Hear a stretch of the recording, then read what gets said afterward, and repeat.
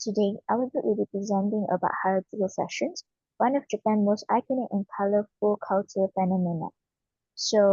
Our group consists of me, Wong Hui Sing, Lee Yishen, Tan Yu, Wang Zero, Natalia, and Muhammad Fahim.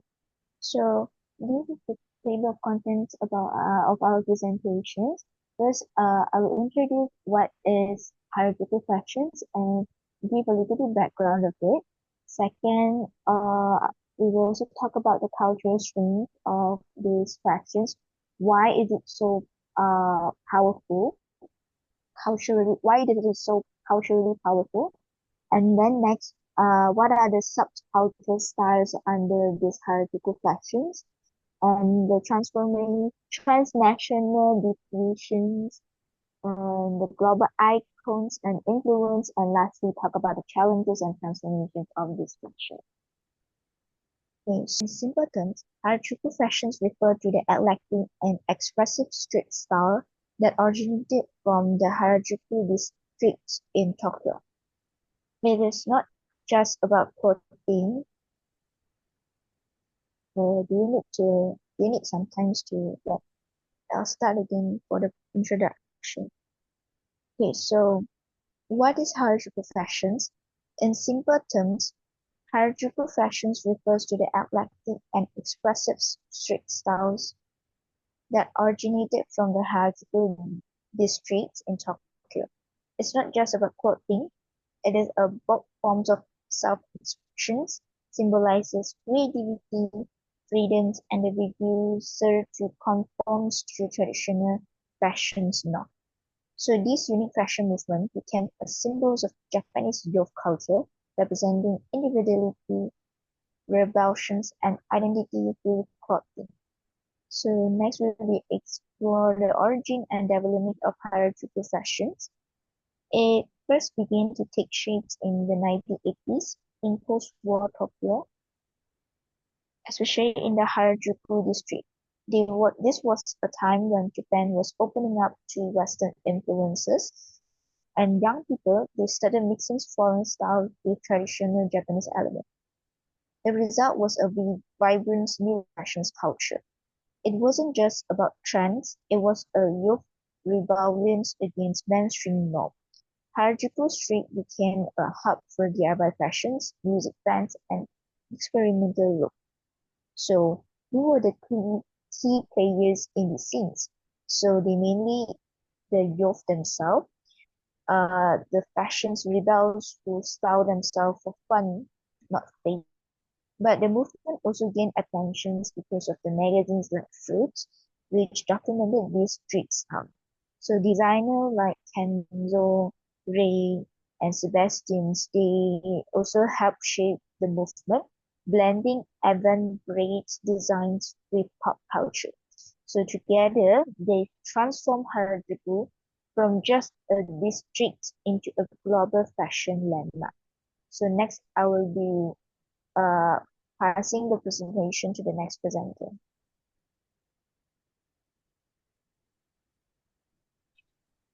Okay, thank you for the first presenter. So I will the Japanese culture, which is Harajuku fashion actually embodies several unique Japanese cultural concepts, which the aesthetic principle of wabi-sabi was influence the acceptance of beauty in imperfection, impermanence, and simplicity. While Kawaii culture provides the framework for celebrating cute, playful, and sometimes polite elements, the fashion serves as a form of self-expression and daily against societal norms that allow individuals to break from traditional conventions. So the tradition, modernity taking also incorporating similar fabrics, albeit inspired backs of traditional practice into avant-garde, it records a dialogue between Japan's historical identity and its contemporary global position. Next. Okay. And what makes it cultural powerful is the group versus individual tradition is central to Harajuku cultural impact in a society that traditionally emphasizes conformity, which is the concept of leading the earth, of cooking their member. Harajuku provides a central space for individual expression. Next, I will be presenting the Kon Harajuku styles. First is Lolita fashion, which originated in Japan in the late 1990s and is heavily influenced by Victorian and Rococo styles from Europe. It focuses on elegance, modesty, and a doll-like appearance, and is often worn as a lifestyle, not just a trend.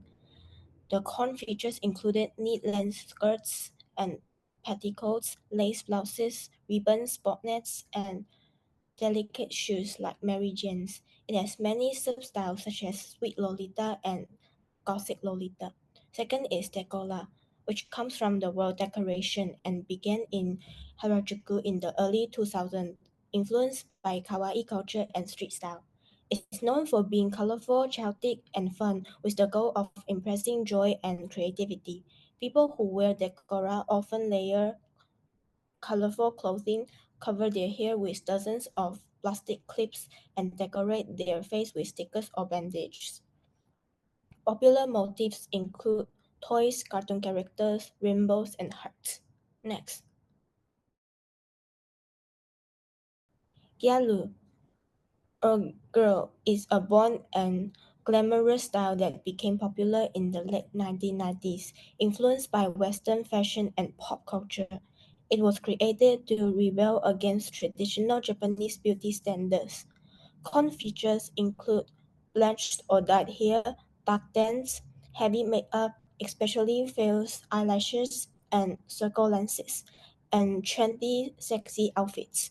There are many substyles such as Hime Gyaru, princess style, and Koko, high school girl look. Next is Gothic. Gothic fashion in Harajuku often overlaps with Gothic Lolita, combining the elegance of Lolita with dark, mysterious themes. This style draws influence from European Gothic fashion, Victorian morning wear, and even Japanese virtual kei bands. Common elements include black clothing with lace and ruffles, corsets, cross-neck laces, veils, and platform boots. Makeup is pale with the dramatic black eyeliner and sometimes red lipstick. Next, Fairy Kei, which is emerged in Harajuku in the late 2000s and is inspired by 1980s retro pop culture, especially toys and cartoons, and emphasize soft, dreamy aesthetics and nostalgia.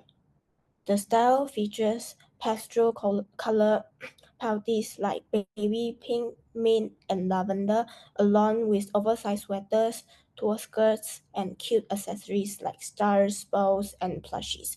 It gives a very magical girl or fairy tale vibe, gentle, sweet, and fantastical. Last is Yami Kawaii. It literally means sick cute and is a newer Harajuku style from the 2010s that makes cute visuals with dark mental health themes. It reflects personal struggles like depression and anxiety, but presents them in a soft, approachable way.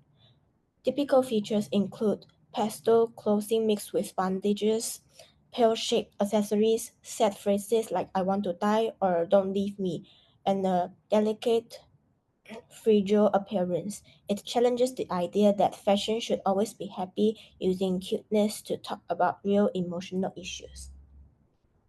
Then I will pass to the next presenter. Next, we talk about the transnational diffusion of Harajuku fashion.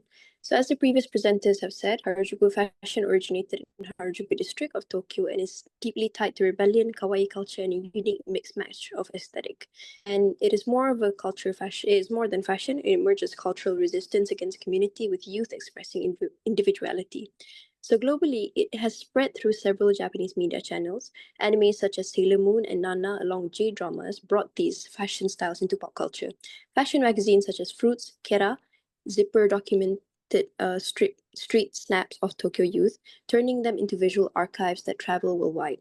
On top of that, music subcultures like visual K, J-pop further amplified Harajuku's reach, with idols and bands supporting extravagant looks that blurred gender norms and inspired fans.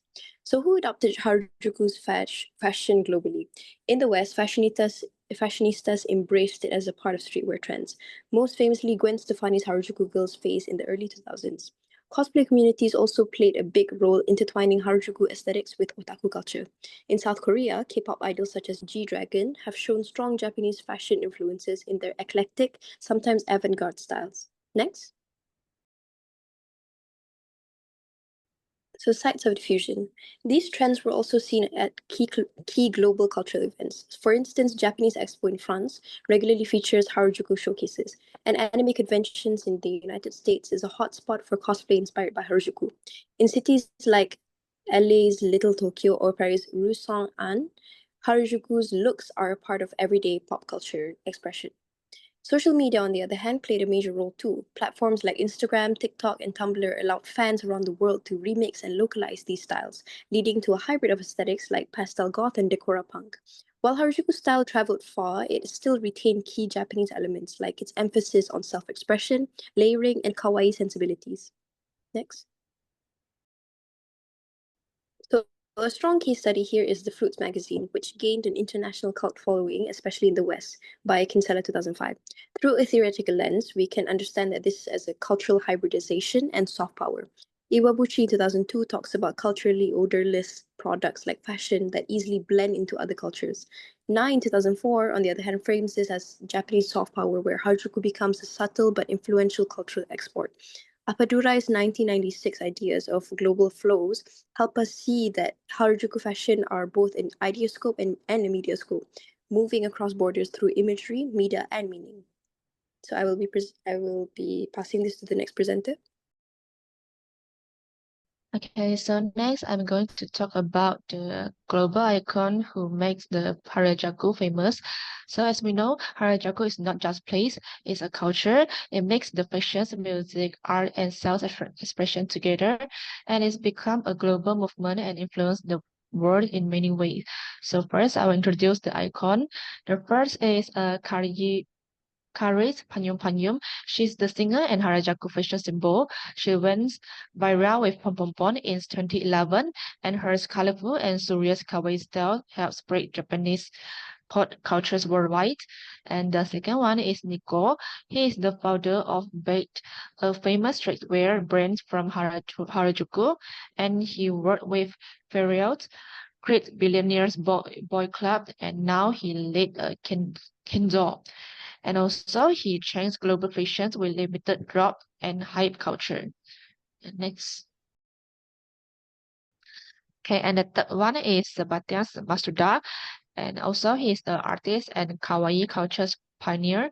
He's opened 6% Doki Doki, make Pom visual style, and also create a kawaii monster cafe. He turns Harajuku fashions into a global pop art. And the last one is Hiroshi Fujiwara. He is the godfather of Japanese streetwear.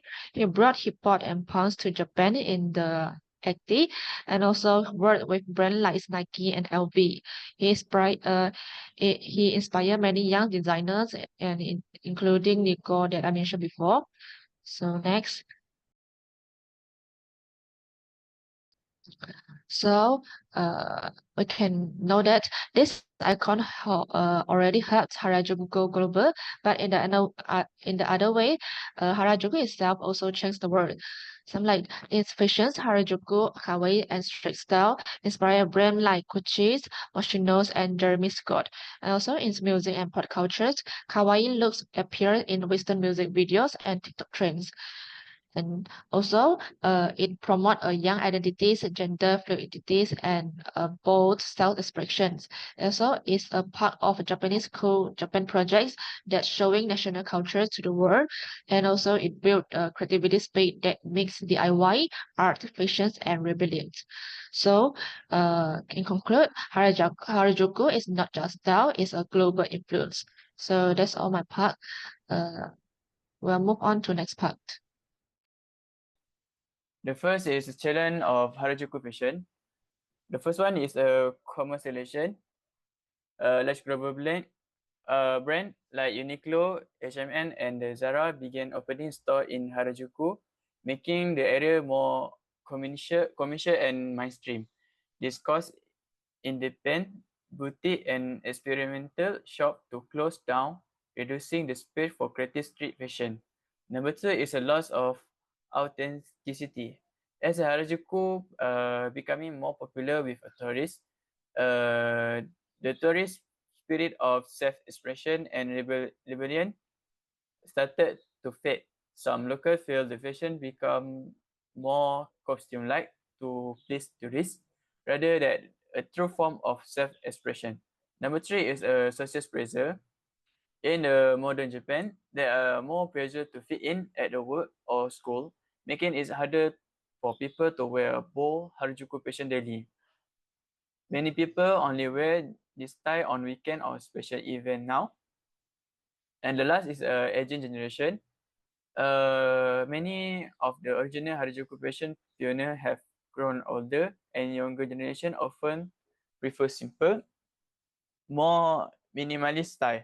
This shift in young culture also impact the popularity of loud and eccentric fashion style. Next. And the second one is a transformation of Harajuku fashion. The first one we can do is a digital influence. Media social platform like Instagram, TikTok, and YouTube have become new space for Harajuku fashion lovers to share their style globally.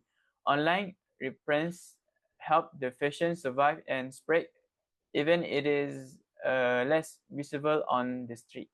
Number 2, what is it? Hybrid style. Today, Harajuku fashion often blend with a global trend, Korean fashion, vintage Western wear, or the teach wear. This creates new sub-style like Neo Harajuku that are both unique and more durable. Number 3 is pop culture influence. Influencers, J-pop idols, and anime characters help keep Harajuku fashion alive by incorporating it into music video, uh,